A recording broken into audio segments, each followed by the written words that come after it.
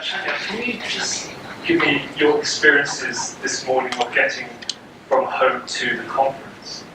Okay. I live at the Chinese University, so I get down to the minibus station, and then get to the train station, and then from the train station get to Kowloon Tong, and take a walk to the MTR, and then come to Wan Chai, and then take a walk to here. So yeah, I have a sense. I usually spend a lot of time walking within the MTR station. So you think taking MTR is a very quick transportation process, but actually it takes you a lot of time to walk. And I find this very walkable, even for myself, without seeing. And I use a cane to walk. And I started to use this cane when I was in primary 6. So it's still the most reliable instruments. Thank you. Thank you very much indeed. And Mr. Gonzalo, how do you talk of your experiences this morning and your overall experiences in Hong Kong? Well, I mean, first of all, it's a lot easier for me to get to work. I have a car and a driver, so I go over here, and then I was wheelchaired up here. So I've made some adjustments. Now, I've lived here for 32 years, not 64 years, so more than half my life. And I wasn't always like this. So I guess one thing I would say is that I came here extremely fit. This is a very walkable city for fit people, but for people who are on crutches, not yet completely in wheelchairs, but on just crutches, especially 2 crutches, there's a lot of challenges, and I'll get into that in my talk. But yeah, it's quite difficult, different from right, Chang Xinyao, but for me, there's a lot of challenges. And I'd say that because you took the car this morning, you wouldn't need to take the car if it was, as you say, a walkable city, not just for fit-enabled people, but for yourself in your condition. I was also wondering, just like to quickly explain to the audience why you're on crutches as well. Sure. Just some bad knee operations. I guess this muscle here is ruptured. I fell down, and so I basically have, instead of a quad, I have a tripod at the bottom here. So just some missing cables. And it is therefore if you could, you wouldn't have to take a car then. It wouldn't have occurred to me to take a car. I would have taken the bus and then the MTR, walked a few blocks, come around the bend, twinkle-toed up the stairs, and it would be quite easy. Let's go back to Chan Xinyao first. Can you just rate for me your walking experience out of 10 in Hong Kong? As I said, my personal experience is that this is quite a walkable city. So I would say it's about 7 or 8. I think a lot of people perceive that we rely heavily on sort of guided paths. And then there are also facilities like audible traffic light signals. And to me, we have been promoting the concept of the motivation to walk. So we preach among visually impaired persons that we have to prove ourselves capable of walking with very, very simple tools. So we learn to sort of detect the environment and navigate among even difficult environments. So when the government, many years ago, when the government refused to install audible traffic light signal, they said it would encourage risk-taking activities of blind persons. So I said, we don't need your encouragement because we encourage ourselves, So if you don't install these facilities, we will still be doing that. So the MTR people said, the MPL said people were very reluctant to provide facilities for people with disability, wheelchair or visually impaired. So they said, I'd rather buy you a car, you know.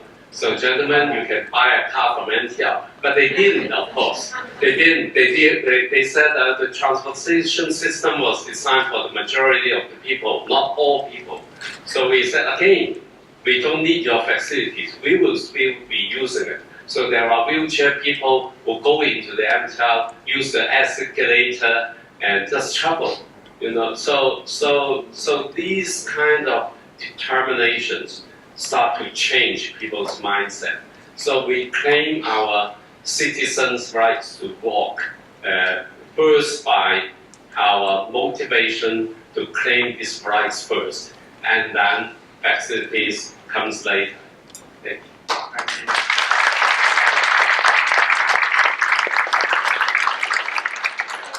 Chin, for your stakeholders, children, they're very important. Can you just talk to me about how children experience walkability in Hong Kong? Yeah, actually, I was just want to say that I came here very easily, but if I travel with my child, it would be very different. She's 4-year-old, and walking in a city with a 4-year-old girl is not very easy. She became heavier from the parents' experience, so I could not carry her all the time. But not all the places I feel very safe for her to walk by herself.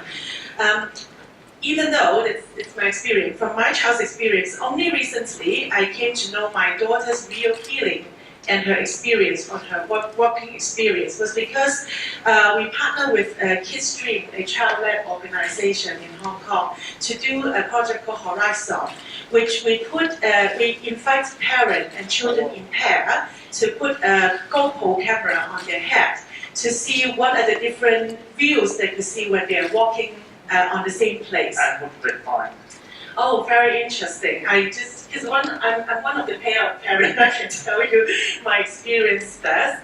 So I walk with a 4-year-old girl, and before usually she would cry or she doesn't want to walk, and then I just think, oh, she's whiny, or I just say, please walk a little bit more. But then I realized after the GoPro cam, I realized that actually when she's walking in a very tiny row, that everybody was with her, it's very crowded row. Do you think what she see?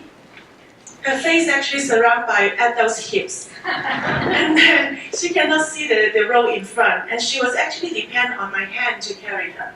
So if I leave my hand, she'll be scared by surrounding them. And that would be a testament to the quite small pavements we have in Hong Kong, the bumpy pavements, and the volume of people shows how crowded it is. And I'm sure for many of you who came on our walk yesterday from the Conference and Exhibition Centre to Hyson Place, you see the variety of the walks and the diversity of our designs in Hong Kong for sure. So I suppose that's yeah, and also when people's carrying a plastic bag, they always bump on her face. So when I carry her at the back and running, it's just, I always hear like, ouch, ouch. And I was like, are you playing with mommy? Tickle. And then she was laughing. And then from the GoPro camera, I see, oh my gosh, she actually hurt. So some of those experiences are extremely shocking. And when we walk a little bit to the side of the road, there was all the buses passing by. And then where actually the exhaust stream go right to her face. So she experienced the most heat during the summertime. It's so hot that at her level. And there is no place on the road that we can just sit down under the shade or just talk a little while. And we have to go in either a shop to buy a drink, or we have to sit down in a restaurant. Otherwise, no place for her to take a break. It's quite challenging. And now I'd like to introduce Paul Zimmerman. Paul, can you just explain a little bit more about what your organisation does, first of all? I run an NGO called Designing Hong Kong, and we're basically provocateurs in terms of urban planning. We try to provoke changes in attitude on the government side and try to change awareness in the community about urban planning issues.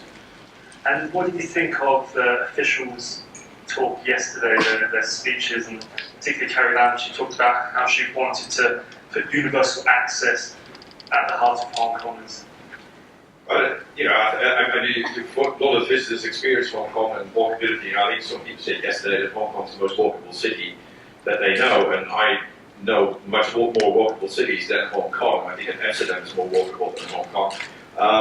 I know other cities that are more walkable than Hong Kong. Hong Kong, I think, is not necessarily a walkable city. There is access. We have access to toilet paper 24 hours a day within 400 meters of our bed, and that's for 80% of the people here. 80% of the people got access to an FTR station within 400 meters of their bed. So that's great. And when you come out of an NTR station, there's good access to that immediate environment for most people. It gets a bit closer for us quite quickly because there's all the level changes coming up. But I don't think that Hong Kong is not necessarily that walkable in terms of crowded pavements, as you just explained, level changes, forced detours. If you have disabilities like us has, we've actually done measurements by trying to walk from A to B and taken a little kitch cart, filled it up with a sandbag, and told the ones who were testing that they couldn't lift the wheels from the ground to try to get from A to B. It would double or triple the time, and a lot of times it wasn't trying to find a way. So it's not very legible city either. In the Hong Kong context, how straightforward is it to design for all users of all abilities? Well, it's fine when you work in new towns because you've got greenfield design opportunities. So you see in new towns that you can more easily. Like Sha Tin. Sha Tin, but then it's no longer a new town, it's grown, so it's no longer so greenfield. So then the interventions come in, and then the interventions come in, and we're not working at the same levels anymore. So level changes start to come in, forced detours start to come in. That are much more. If you go to Mong you say, if I want to intervene there and to make it a more walkable space, the biggest issue in Mong is crowding and poor pavements. So you can't get a secondary. If you're trying to get a secondary network in, you've got to have a real good district plan, and you've got to have a commitment from government and the developers to actually put in a second layer at the same level, right? So that you can continuously navigate the entire district rather than what you have to do now is go footbridge down, footbridge on the other side, and that makes life very difficult for us, for China, and for the aging population of Hong Kong. Okay. So let's get to China. Yeah. Okay. Since Paul mentioned pedestrians, I would like to point out two emerging obstacles to pedestrians, especially those with visual impairment. I think in Hong Kong, so on the road, we get certainly a lot of offer of assistance from pedestrians. So I should say something positive about pedestrians. But from time to time, and a lot of these times, I would be bumped by people, canes being kicked away, and people just rush by. I don't know what they're doing, you know. They are busy catching Pokemon.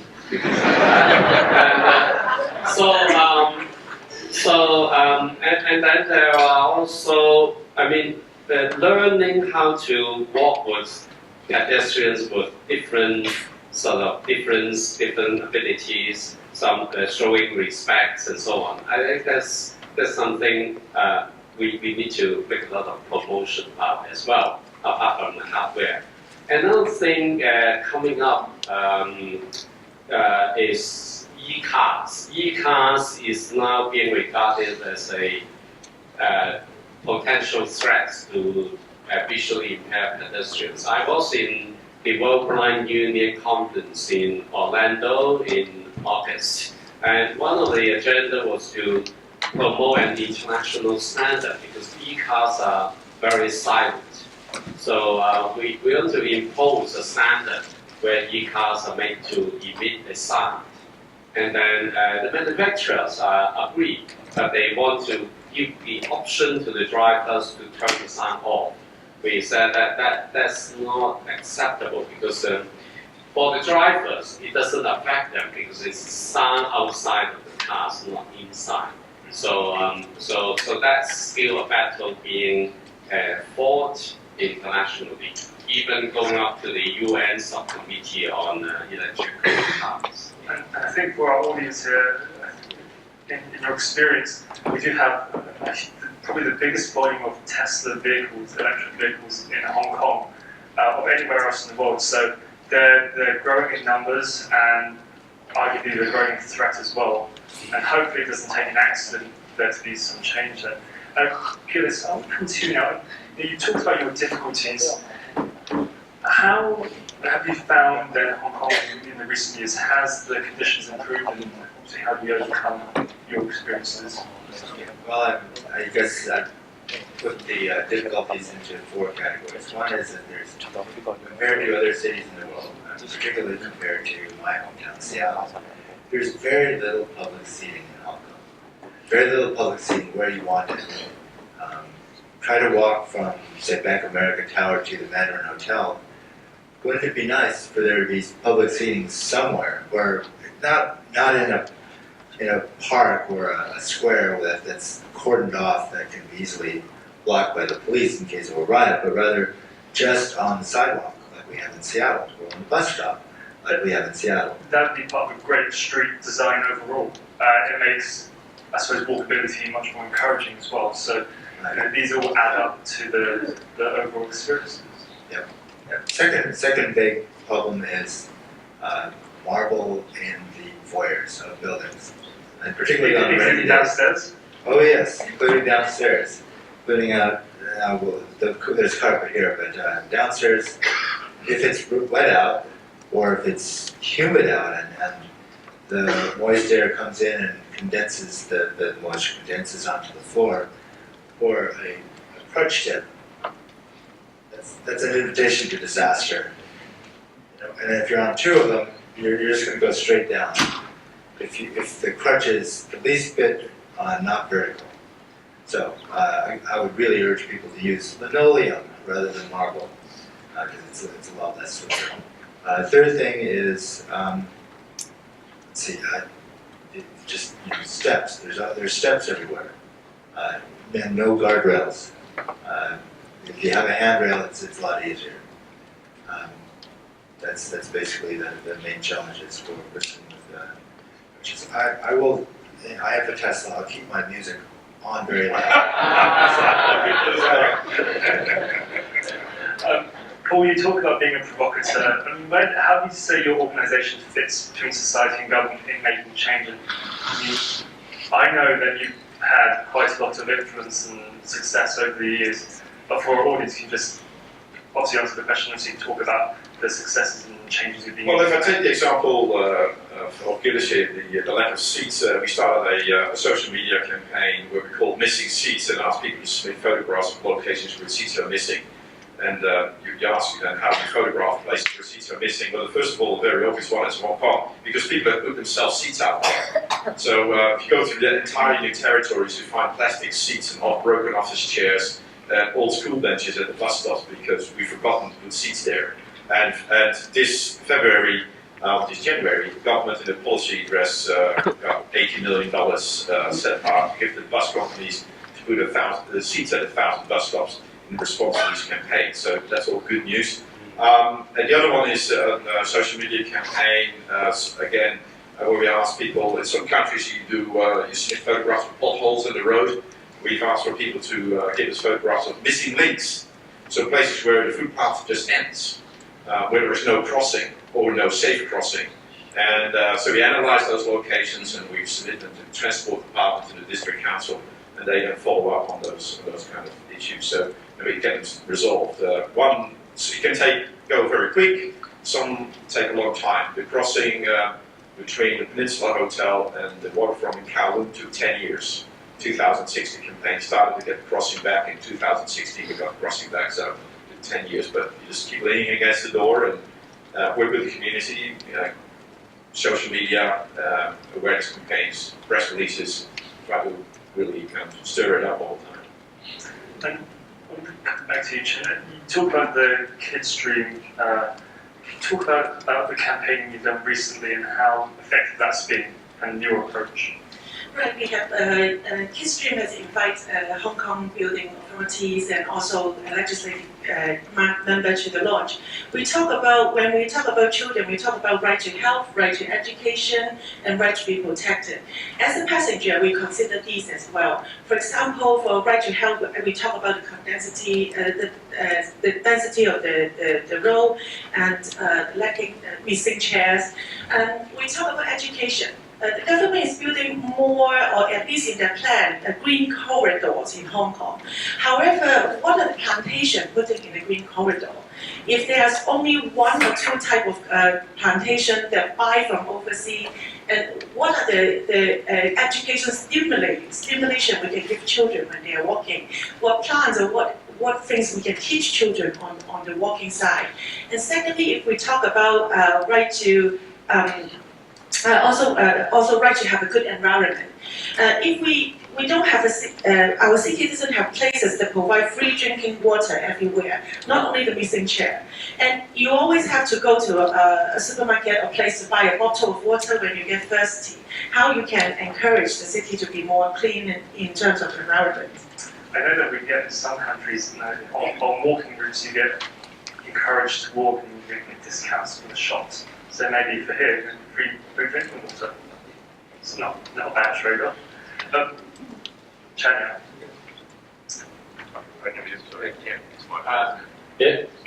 Another thing I want to bring to the attention is navigation signals for people with visual impaired. We can use iPhones and Google Maps, but Google Maps are not applicable indoor.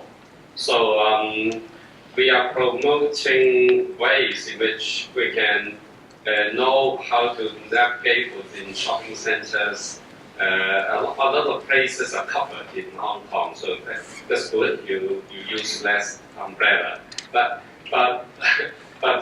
the where to find exit, the navigators, all these are technically now quite possible. So only we need to put an effort to use beacons and so on. But the work is still yet to be done. So we hope government or universities or companies can put together an act and working with us to build sort of more signals around the city to have people walk. And Chanya, would you say that what you described there, would it be a quick win there for the user base? Your user base, would that be a quick win to have in terms of one of the improvements? You mean the quick win? Do you think it'd be a quick and speedy improvement? Well, I think if the MTR has developed apps, some bus sort of have also tried to develop some apps to identify car numbers and so on. So I think the quick win is for government, maybe the land department, and working with university to make more road signs accessible. So long as blind people have an iPhone or a smartphone, then they can start detecting the signals. Paul, any other quick wins that you could think of? Quick wins. I'm not sure that they're all quick. I mean, the most important one that we have to do is move away from kind of traffic node pedestrian plans that we have in Hong Kong, where the MTR station connects to the buildings surrounding it with footbridges, to district plans, where it gives you you look at how people can walk across the district through the district. Because right now you have to go up a footbridge into the MTR station, find out the footbridge to the next shopping mall, and find the exit there to get across major segregation, major road segregation. So I think that's going to be important. The second one, which has just been done, and Carrie Lam, the Chief Secretary, said so yesterday, is that now private developers can premium-free connect with footbridges to the neighboring buildings. And this is very important in highly congested neighborhoods like Mong Kok, Kowloon Bay, and also in Central, to get more of a comprehensive secondary network. So we don't have to go back to street level, back up to this elevated level, back to street level, but we can continue to walk along the elevated level if we want to be there, or if we have to be there because we can't cross the road. But very quickly, are we moving, is there a danger that we're moving the problem to an elevated level and forgetting about what's really on the ground? Well, so that's indeed a problem, not necessarily in the older neighborhoods, but it's a problem in new towns where the planners have designed for elevated level and forgot to make the ground level nice. The ground level now is blank walls, service entrances to buildings, big car parking entrances, big wide roads. No reason to be there anymore, so it gets a bit boring in Champagne or Tinsui to the street level. But that gets, I think there's a reversal in that planning idea. So high tech, the station will be built under a park, and the patronage and the density for that station will be around the park. So, I mean, there is a change in that mentality, but the damage has been done in some towns already, so it's hard to fix now. And give us as well any potential improvements that you see. Stretches, and probably with wheelchairs, it's really difficult to stay dry. There's a lot of MTR stations, where, like, for example, the HKU station. You get out of your car or out of the minibus there, and you got to run to the station. There's no good coverage. So if there's more coverage for various, just compare the entrance to the Mandarin Oriental Hotel to the entrance to the Landmark Manor. The Landmark Manor is terrible; it's only half covered, and a lot of places are just not covered at all. So better coverage will get people out during the rainy season to walk, because otherwise they're just going to get so wet. I'll stay in the car. And finally, Chin as well. The best policy is an inclusive policy that fit for everyone. But if you don't invite people who have the needs to during the policy making process, it's difficult to make policy that are fit. So I would say involve children more in the planning, the design. Involve people with disability more in the planning and design will benefit for all people. And I suppose, in your experience, is that something that's been lacking? All stakeholders being given a say? Yeah, definitely, especially children, because they don't have the right to vote. So we need to give children the right to vote, we need more seats, more use to social media, more shelter, and we need to make sure those Teslas make some damn noise. Ladies and gentlemen, can you please give a warm welcome to our guests?